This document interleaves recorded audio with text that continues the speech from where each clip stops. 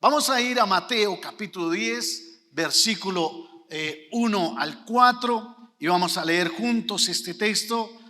Voy a invitarle una vez más para que usted se coloque en pie. Yo estaba allá atrás y hace mucho frío, es uno ahí como que se calienta. Entonces vamos a ir a Mateo capítulo 10, versículo 1, dice: entonces, llamando a sus 12 discípulos, les dio autoridad sobre los espíritus inmundos, para que los echasen fuera y para sanar toda enfermedad y toda dolencia. Los nombres de los 12 apóstoles son estos: primero Simón, llamado Pedro, y Andrés su hermano, Jacobo hijo de Zebedeo y Juan su hermano, Felipe, Bartolomé, Tomás, Mateo el publicano, Jacobo hijo de Alfeo, Lebeo, por sobrenombre Tadeo, Simón el cananista y Judas Iscariote, el que también le entregó. Amén. Déjeme leer la introducción que hace Lucas en el capítulo 6 a este mismo evento. Dice Lucas: en aquellos días él fue al monte a orar y pasó la noche orando a Dios, y cuando era de día llamó a sus discípulos y escogió a 12 de ellos, a los cuales también llamó apóstoles. Y Marcos, en el capítulo 3, versículo 13, dice acerca de la elección de los apóstoles: después subió al monte y llamó así a los que él quiso, y vinieron a él, y estableció a 12 para que estuviesen con él y para enviarlos a predicar, y que tuviesen autoridad para sanar enfermedades y para echar fuera demonios. Hoy vamos a estudiar estos pasajes bajo el tema llamados a ser y hacer. Quiero invitarle para que usted cierre sus ojos. Vamos a orar por un momento a Dios. Amado Dios y Padre Celestial, te doy gracias una vez más por esta mañana. Nos acercamos a tu palabra porque queremos ser tocados por ella. Queremos ser desafiados y que nos lleve a tomar decisiones que redunden en la extensión de tu reino en nuestra vida, en nuestras familias, en nuestra iglesia, en nuestra comunidad. Te amamos, Señor.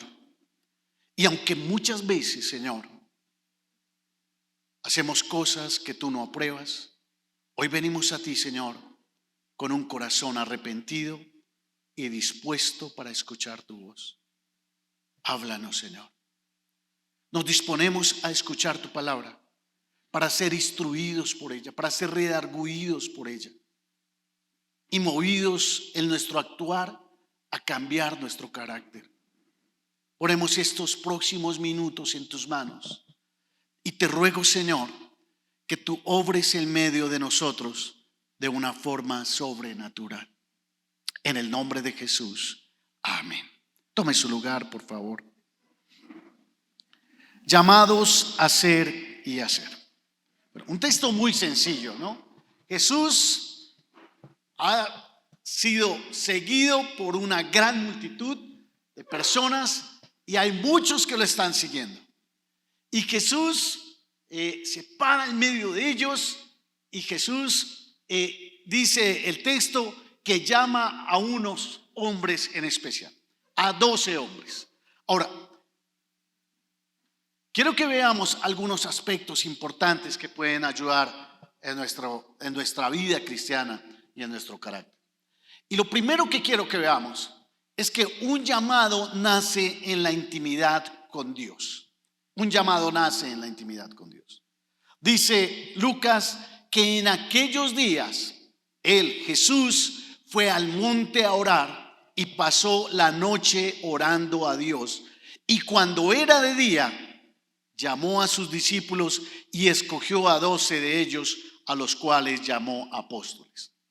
El actuar de Jesús siempre me desafía. Cuando uno empieza a estudiar la vida de Jesús y lo hace entre líneas y empieza a conocer su actuar, definitivamente uno es desafiado en la forma como uno actúa. Antes de escoger a los 12, Jesús, dice la Biblia, que pasó toda la noche orando a Dios. No fue una decisión tomada después de decir, Señor, guíame que voy a escoger los 12. No. Dice que él pasó toda la noche entera en la búsqueda de la voluntad de Dios. Jesús estaba en medio de su año de popularidad. Llevaba algunos meses de ministerio y estaba con grandes demandas ministeriales. Sin embargo, él no es como nosotros, que las actividades lo ahogan, que lo arrinconan, que pasamos las horas y vivimos concentrados en atender asuntos de trabajo, de estudio, de familia, de iglesia, de ministerio, de amistades, y muchas veces olvidamos lo más importante: estar a solas con Jesús, doblar las rodillas delante del Maestro en oración. Lucas dice que Jesús pasó toda la noche orando a Dios, ¿no?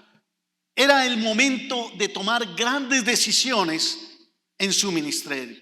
Jesús oró toda la noche porque debía tomar la decisión quizá más importante de su ministerio. Jesús no siempre oró toda la noche, pero hay momentos, lo que aprendemos de él es que hay momentos en que debemos intensificar nuestra oración, porque tenemos una necesidad, porque tenemos un conflicto, porque tenemos una dificultad, porque tenemos un deseo, porque tenemos una lucha en nuestro corazón, porque tenemos una circunstancia en la vida, una decisión importante en la vida.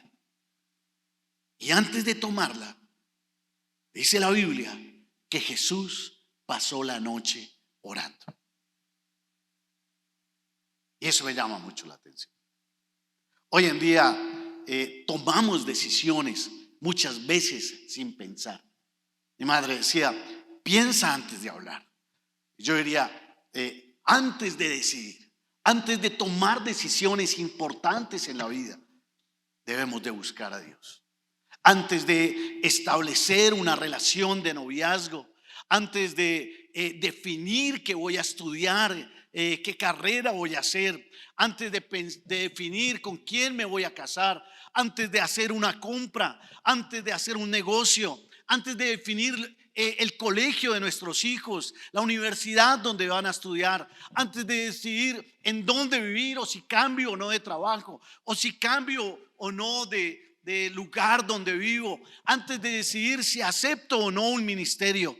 Decisiones importantes en la vida que debemos de tomar, antes de tomarlas, debemos intensificar nuestra vida de oración. Jesús oró toda la noche porque debía tomar una decisión radical en su ministerio, muy importante en su vida. Entre todos los que le seguían, debía escoger los hombres a los que les pasaría la antorcha, a los que debía escoger su plan de sucesión. Y eso me asombra de Jesús. A veces nosotros nos aferramos a algunas cosas, y qué difícil es pensar en hacer un plan de sucesión, en pensar en a quién estoy preparando o voy a preparar para que continúe haciendo lo que yo he hecho, para que reciba el legado. Decisiones importantes en la vida requieren que estemos delante de Dios en su presencia, colocando todos nuestros deseos, nuestros proyectos, y buscar la voluntad de Dios, y quizás corregir algunas cosas que Dios no aprueba o que Dios no avala en su palabra, y alinearnos con la voluntad de Dios. Muchos, mis hermanos, muchos de nuestros problemas personales, muchos de nuestros problemas familiares, muchos de nuestros problemas como iglesia llegan porque actuamos sin consultar previamente a Dios. Las decisiones tomadas por costumbre o por presión muchas veces son tomadas sin la voluntad de Dios, sin consultar a Dios. Si Jesús, siendo el Hijo de Dios, necesitó toda una noche de oración antes de dar un paso importante, ¿por qué? ¿Qué nos hace pensar que nosotros podemos sostener un matrimonio, ¿Qué nos hace pensar que nosotros podemos criar nuestros hijos? ¿Qué nos hace pensar que nosotros podemos liderar un ministerio o simplemente vivir con un carácter transformado sin haber estado en una genuina intimidad con Dios en oración? Muchas veces el agotamiento que vivimos en la vida, el estrés que vivimos, es porque hemos tomado decisiones lejos de la voluntad de Dios, de consultar a Dios. Y aunque muchas veces hemos invertido tiempo en hacer cosas para Dios, en hacer actividades para Dios, la verdad es que esas actividades, eso que hacemos, muchas veces lo pensamos nosotros que reemplaza el estar en la presencia de Dios. La pregunta hoy es: ¿cuánto tiempo real paso con Jesús en la semana? No sé cuál fue la última vez que pasé toda la noche orando.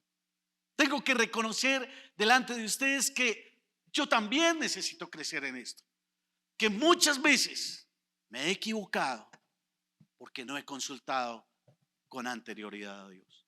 Y esta palabra me desafía, y el actuar de Jesús me desafía, porque antes de tomar una decisión importante en la vida que marcaría la historia de la iglesia, antes de definir su equipo, antes Jesús no improvisa, discierne la presencia de Dios antes de actuar. Y podríamos decir que todo llamado válido nace en la intimidad con Dios, no en una estrategia, no en cómo pensamos nosotros, no en la costumbre, no en lo que todos los demás dicen, sino delante de la presencia de Dios. En segundo lugar, la gracia de la selección. Dios construye su iglesia, Dios construye su proyecto con gente imperfecta.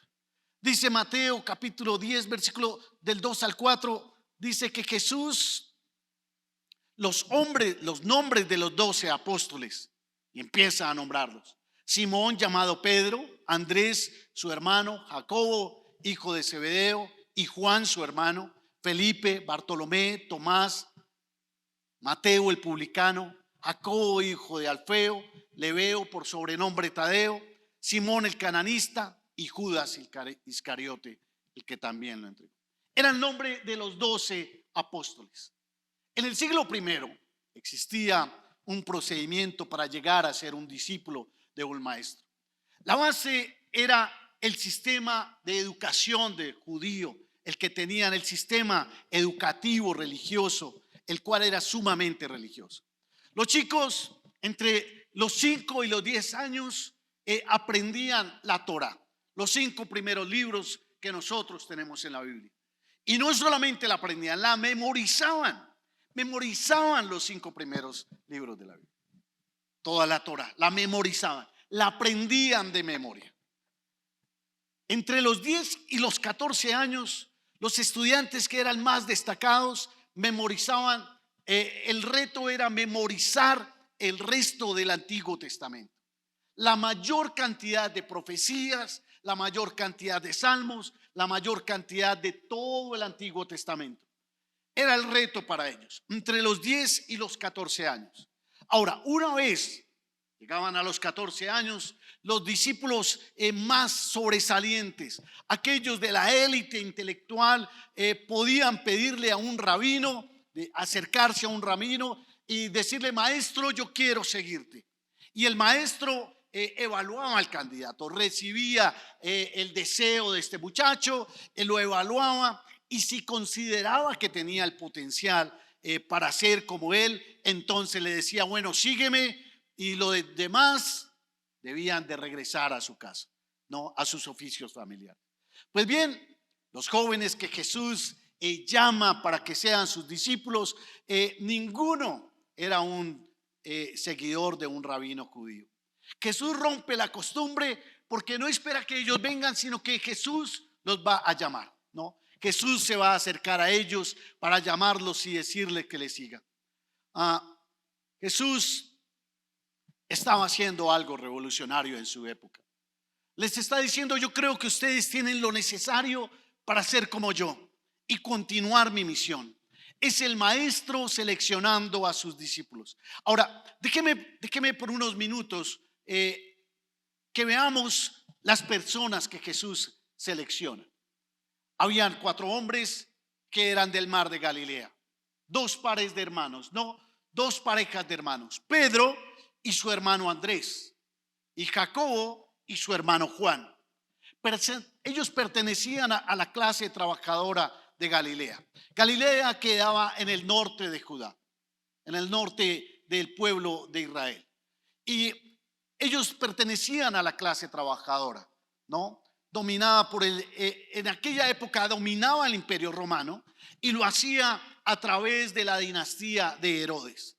Ellos tenían una cooperativa de pescadores, pescaban en el lago de Galilea, pagaban altos tributos y los tributos que pagaban era la licencia para pescar, el uso de los puertos y también el uso de la sal, porque antes no había neveras como ahora y la sal era lo que se utilizaba para conservar el pescado. Eran hombres trabajadores, hombres diríamos de manos fuertes, no de manos callosas, no, de carácter fuerte. Juan y su hermano Jacobo en algún momento dice la Biblia que Jesús los envía a predicar y van a los samaritanos y como no reciben a Jesús, entonces esto le dicen a Jesús que si podían imitar al profeta Elías y orar para que descendiera fuego sobre ellos y los consumiera. Uno dice, pero Juan, el discípulo del amor, pues bueno, una vez está diciéndole a Jesús que qué posibilidad hay de que oren para que así como Elías hizo descender fuego del cielo, viniera fuego y consumiera a todos los samaritanos. Por eso Jesús los apodó los hijos del trueno, ¿no? Eso lo encuentran por allá en Lucas capítulo 9 versículo 56. Estos hombres eran conocidos por su temperamento fuerte.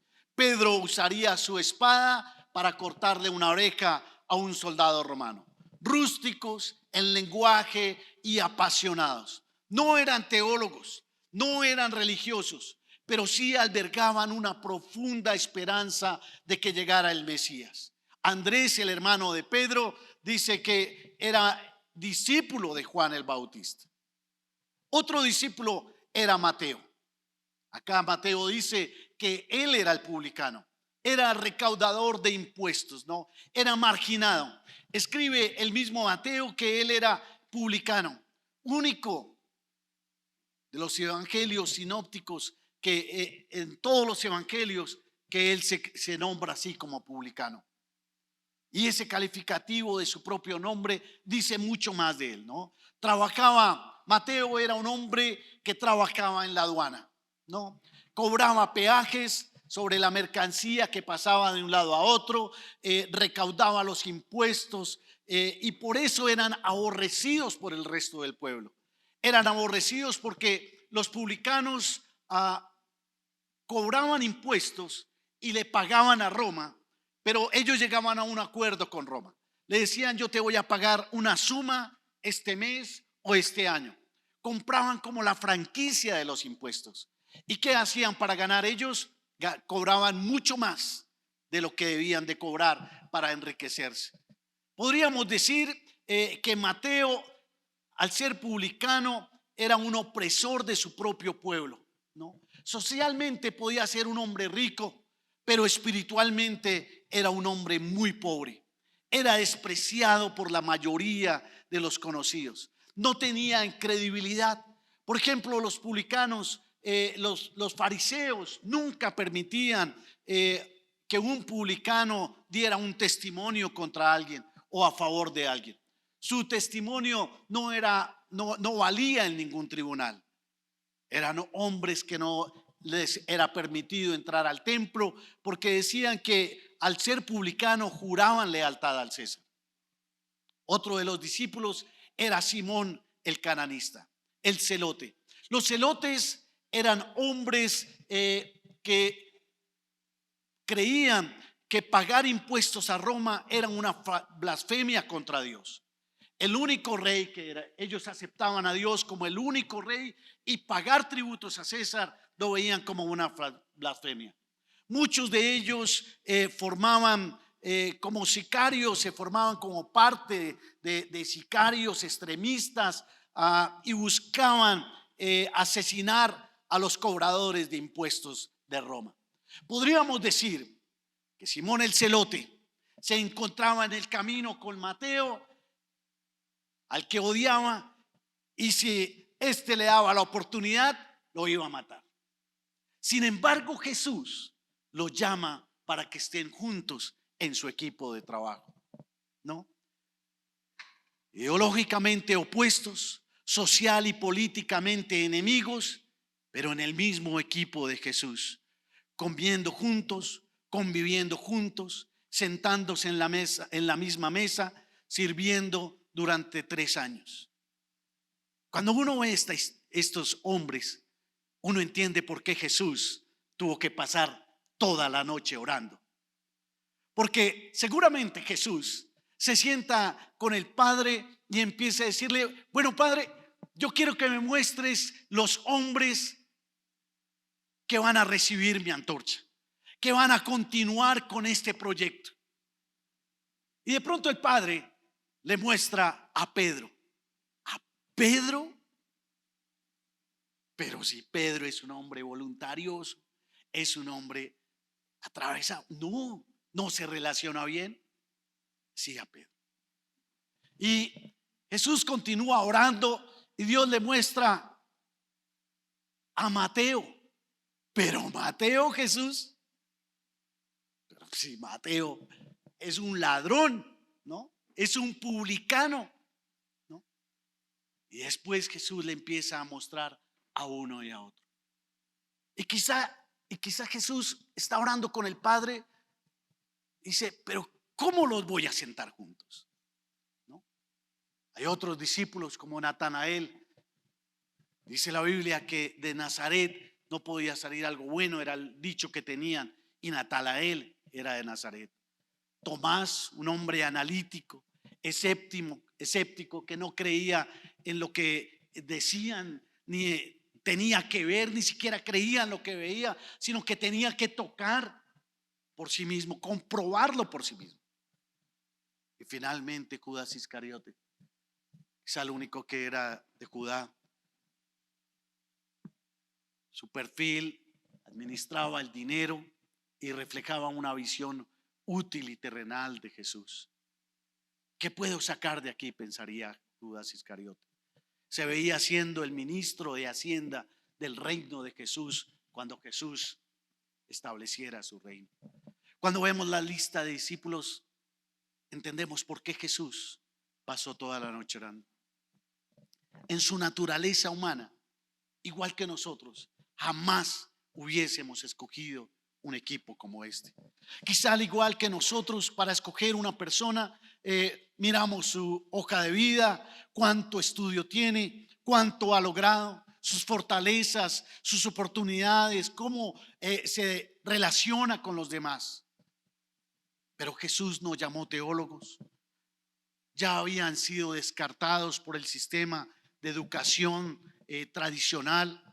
Ninguno era un líder religioso, ninguno era un fariseo o un escriba. Eran hombres comunes con una fe imperfecta, con una fe que podríamos decir débil. No eran grandes líderes, no eran grandes hombres, no eran muy educados, ni los más influyentes, ni los más espirituales. No había ni un solo hombre perfecto en la lista. Era gente común, con sus virtudes y con defectos, de diferentes entornos económicos, sociales y espirituales.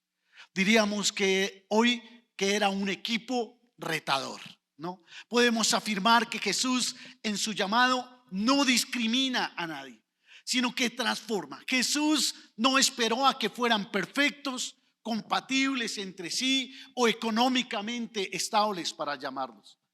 Mis hermanos, Jesús no busca perfección, sino disposición,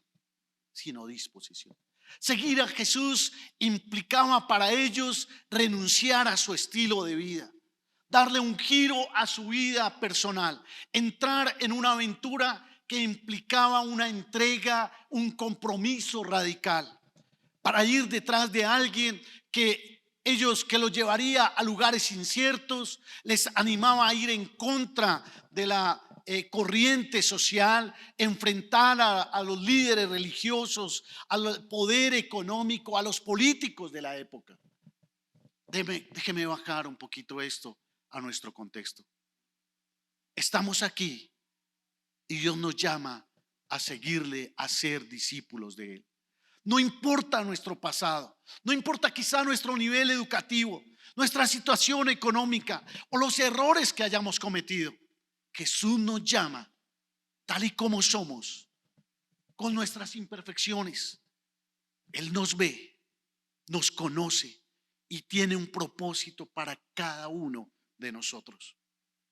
Tu pasado, tus errores, tu condición socioeconómica no definen tu valor para Dios. Su gracia nos toma de donde estamos y no nos deja donde estamos, sino que nos transforma. Déjeme decir algo para los de casa. Mis hermanos, si entre los 12 había un publicano y un celote, enemigos acérrimos, con grandes diferencias de pensamiento, de ideología, con diferencias políticas, y Jesús los llama para que hagan parte de su equipo, para que hagan parte de su reino, para que trabajen juntos. Jesús puede hacer lo mismo con nosotros. Unirnos a pesar de nuestras diferencias, a pesar de nuestras diferentes opiniones, a pesar de nuestra creencia política, a pesar de nuestro trasfondo. Jesús nos llama para que juntos construyamos y hagamos parte de su reino. La unidad en nuestras familias, la unidad en nuestra iglesia, no vendrá de que todos pensemos igual o que tengamos el mismo carácter, sino de una sumisión individual y compartida a nuestro Jesús, a quien seguimos. Esa unión a Jesús, ese deseo de agradarle a Él, es más fuerte que nuestras diferencias. El objetivo final del discipulado no era solamente saber lo que el maestro sabía, sino ser lo que el maestro era. Los discípulos estaban con el maestro estarían con él absorbiendo su carácter, absorbiendo su compasión, viendo cómo él amaba a los necesitados, viendo la obediencia a su padre. La presencia de Jesús reconfiguró por completo a estos hombres, los transformó y sus trayectorias de vida fueron diferentes.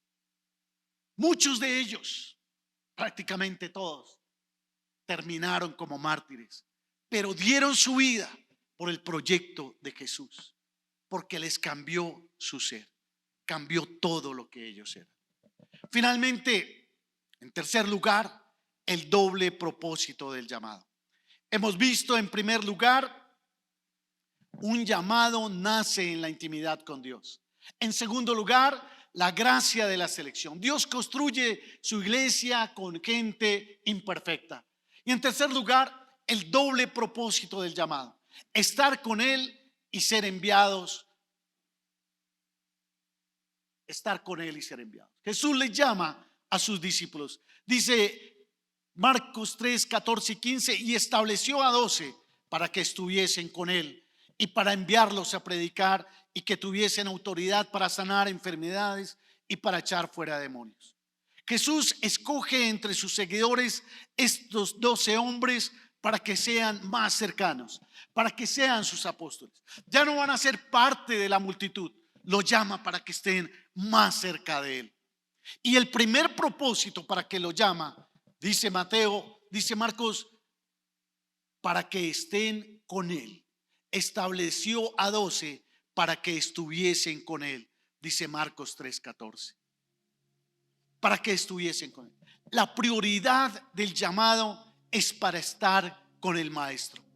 Antes de hacer muchas cosas, la intimidad va antes que la actividad.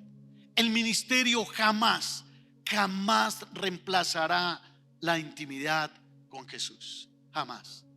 Antes de darle autoridad para predicar y para hacer muchas cosas, Jesús los llama para que estén con Él 24 horas, 7 días a la semana.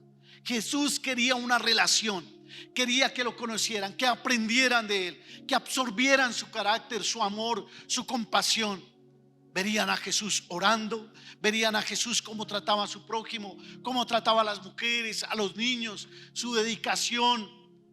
Escucharían sus enseñanzas, verían sus milagros, verían a Jesús llorar, lo verían sufrir. Antes de cualquier servicio, de programa o actividad, el propósito principal es la comunión con Jesús, es ser transformados por estar en su presencia, en la intimidad con Él. Y esto es muy importante para nosotros. A veces nos concentramos en hacer muchas cosas, en los programas, en los eventos, en las reuniones, y descuidamos el ser, nuestra intimidad con Jesús. ¿Cómo podemos impactar a otros si nuestra propia vida espiritual es superficial? ¿Cómo podemos agradar a Jesús si no pasamos tiempo con Él? El desafío de Jesús, Él nos llama a construir, no nos llama a venir a un servicio dominical, sino a estar con Él, a desarrollar hábitos diarios. La oración no apresurada, el estudio bíblico profundo, donde leo el texto, lo escudriño, lo practico, lo pongo en práctica en mi vida diaria. Dejo que el texto me transforme, donde yo puedo tomar mi Biblia, empezar a leerla y llorar cuando leo la Biblia. Un caminar constante en la presencia de Dios que altera nuestro estilo de vida en casa, en el trabajo, donde vivimos. Si queremos ver un cambio real en nuestra espiritualidad, en nuestras familias, en nuestra comunidad, debemos volver a lo básico: pasar tiempo con Jesús, priorizar la intimidad con Jesús, estar con Él. Ese es el secreto para tener la fuerza para enfrentar los diferentes retos de la vida. La iglesia durante mucho tiempo ha caído en la trampa del activismo. Corremos de un ministerio a otro, organizamos muchos eventos, pero muchas veces los mismos que organizamos llegamos a casa igual cuando salimos. Seguimos con los mismos problemas de carácter, con el mismo mal genio de siempre, con las mismas actitudes que hacen daño. La religión de rutina no cambia el corazón. La presencia de Jesús sí la cambia. Por eso lo importante es a volver a disfrutar de la presencia de Dios, volver al discipulado básico, volver a hacer lo básico. Si estamos con Él, que se note que estamos con Él, como cuando Moisés subió al monte y estuvo 40 días con Dios. Cuando bajó, dice que su rostro resplandecía, que su rostro, y él no se daba cuenta, los demás se dieron cuenta que su rostro resplandecía. Si no estamos con Él entre semana, si estamos solamente en el espacio de tiempo que estamos aquí, solo seremos religiosos haciendo ruido. La transformación de carácter se da cuando estamos con Él, cuando nos alimentamos de su palabra, cuando permanecemos en Él con convicción, con determinación, con disciplina, con esfuerzo, con sacrificio. Pensando en este texto, he estado haciendo algo en mi vida personal. Antes de la pandemia yo iba a hacer ejercicio, iba al gimnasio y hacía ejercicio, pero después de la pandemia no volví. Y ahora estuve con el médico y el médico me dijo: tienes que volver a hacer ejercicio. Y qué difícil es. Si usted lo ha hecho, si usted hace ejercicio y deja de hacer 3 o 4 años y quiere volver a empezar, qué difícil es, porque demanda disciplina, porque demanda que uno haga el propósito, saque el tiempo. Es igual en la relación con Dios. Cuando no lo haces, cuando no sacas tiempo para orar, cuando no sacas tiempo para leer la Biblia y vas a empezar, todas las cosas se te van a oponer para que no lo hagas. Todos los problemas a la hora de hacer el devocional, se te presenta de todo. Porque así como Jesús vino al mundo y dio su vida por nosotros y ha hecho todo para que nosotros seamos salvos, el diablo hará todo lo posible por sacarte. Hará todo lo posible, todos los obstáculos para que no tengas intimidad con Jesús. El llamado es a entrar en esa disciplina, en ese esfuerzo, en ese sacrificio, en tener intimidad con Jesús, en tener la disposición, el corazón abierto, tener la apertura para estar con Él. Porque si no, tú podrás estar aquí, podrás conocer de Jesús, podrás ver, escuchar muchas prédicas, escuchar muchos mensajes, quizá ver muchos milagros, pero cuando venga la prueba vas a negar a Jesús. Porque curiosamente Judas también fue parte de los 12. Estuvo con Jesús, pero nunca abrió realmente su corazón para Él. El primer propósito por el que nos llama Jesús es a estar en intimidad con Él. El segundo propósito por el que nos llama Jesús es ser enviados. Él nos delega su autoridad. Dice Mateo 10, les dio autoridad para que echaran fuera demonios, para que sanaran a los enfermos.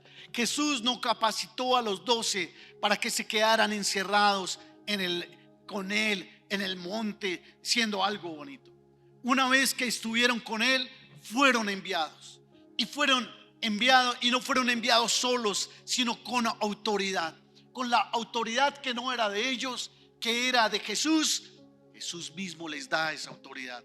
Es una autoridad para proclamar el evangelio, para demostrar su poder a través de sanidades y de liberaciones.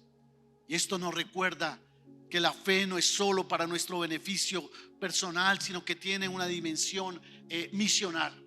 Somos llamados a llevar el mensaje de esperanza y a manifestar el poder de Dios en nuestro entorno. Nuestra fe no es solo para el culto, no es solamente para el templo los domingos, es para manifestar el fruto del Espíritu de lunes a domingo, en la casa, en el trabajo, en la universidad, en el colegio, en el bus, con los vecinos. El llamado tiene una dimensión misionera y práctica para enviarlos a predicar y que tuviesen autoridad, dice la Biblia. La fe que se recibe en la intimidad debe impactar nuestra vida pública, debe impactar la comunidad, debe impactar a los demás. Déjeme cerrar diciendo, el llamado de Jesús a los 12 no fue solamente un evento histórico aislado. Es un llamado continuo para cada uno de nosotros hoy. Él nos llama a ser discípulos, a estar con Él, a conocerle en la intimidad, a permitir que Él transforme nuestro carácter, y nos llama a ser enviados con su autoridad para predicar el evangelio y manifestar su poder al mundo. Este texto nos desafía a dejar la religión aislada, de asistir y abrazar el discipulado, de seguir a Jesús en intimidad y permitir que Él transforme nuestro ser. Nuestros hijos, mis hermanos, necesitan ver padres que oran más. Nuestros vecinos necesitan ver cristianos que viven diferentes. Los discípulos no eran perfectos y nosotros tampoco lo somos. Pero Jesús los llamó a ellos y nos llama a nosotros para transformarnos. Él les dio autoridad para sanar a otros, pero antes de eso trabajó en sus propias vidas. La iglesia debe ser un espacio seguro donde nosotros podemos ser vulnerables, confesar nuestras luchas, recibir el apoyo y la guía para tener un carácter nuevo en Jesús. La pregunta de esta mañana es muy sencilla. ¿Quieres seguir siendo solamente un asistente a nuestra iglesia? ¿Quieres ser parte o quieres ser parte de la multitud? ¿O aceptas el llamado de Jesús para estar más cerca de Él, para crecer en intimidad, para ser un discípulo de Jesús y permitir que la vida de religión que no impacta nuestro día se convierta en una vida de relación que te transforma desde adentro hacia afuera y permitir una transformación de tu carácter, de tu ministerio, de tu vida diaria? Hoy el Señor nos dice que no importa lo que hayamos hecho, la respuesta que Jesús espera es: ¿quieres estar conmigo y dejar moldear tu vida? Esa es la pregunta que nos hace Jesús hoy. Inclinemos nuestro rostro, mis hermanos, y vamos a orar.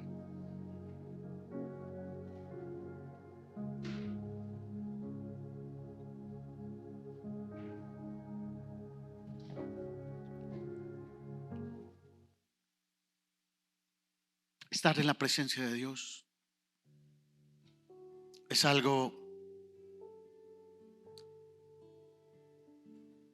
que debemos aprender y que se logra en la medida en que tenemos un corazón dispuesto, una vida de disciplina, en crecer en la cercanía con el Maestro.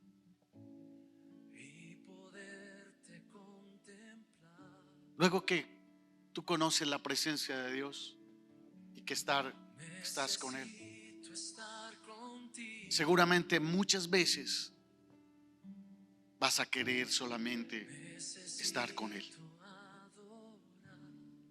La presencia de Dios es algo que nos transforma, que nos alimenta, que nos fortalece y que muchas veces nos quebranta. Señor, en esta mañana te doy gracias por tu palabra. Gracias por tu Hijo Jesús, quien nos llama y nos capacita. Te pedimos perdón por todas las veces que hemos descuidado nuestra intimidad contigo, por las veces que hemos permitido que la religiosidad reemplace una relación viva contigo. Hoy reconocemos ante ti que muchas veces nos hemos llenado de actividades y religión y nos hemos alejado de la intimidad contigo. Perdónanos, Señor. Perdónanos, Señor, por no hacer nada con el carácter que no aporta en nuestras relaciones, en el hogar, inclusive en la iglesia. Perdónanos por no reflejar tu amor y tu reino donde vamos todos los días. Hoy te pedimos que nos llames de nuevo a estar contigo. Queremos estar contigo, Señor, y aprender de ti. Toma nuestras vidas imperfectas. Toma a cada uno de nuestros jóvenes aquí, nuestros niños, a cada una de nuestras familias, y sana nuestros corazones y restaura nuestro carácter. Necesito estar contigo. Hoy rogamos que tú nos cambies nuestro ser. Queremos agradarte a ti, Señor. Queremos servirte con humildad. Capacítanos, Señor, para ser tus manos y tus pies en nuestro entorno. para llevar tu mensaje de esperanza y tu poder transformador a cada rincón de nuestra comunidad. Ayúdanos, Señor, para que nuestra vida diaria sea un testimonio vivo de tu amor y de tu gracia. Que cuando la gente de nuestro barrio nos vea, no vea una religión fría, sino el amor transformador de Cristo. Ayúdanos, Señor, a llevar tu reino en nuestra vida, en nuestra familia, en nuestra comunidad. Y como dice esta canción, Señor, que sea nuestro anhelo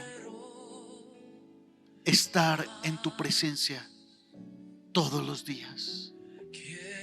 Danos la disciplina, Señor. Danos la entrega. Danos el sacrificio, la disposición de tener un corazón abierto y dispuesto para ti. Gracias, Señor, porque tú sigues llamando a hombres y mujeres que estén dispuestos a dejarlo todo para seguirte. Tú sigues llamando a hombres y mujeres que quieran tener un compromiso radical contigo para seguirte y para extender tu reino. Tócanos, Señor. Llámanos, Señor. Muéstranos, Dios, en qué debemos cambiar, en qué debemos seguir. En el nombre de Jesús. Amén, Señor. Y amén.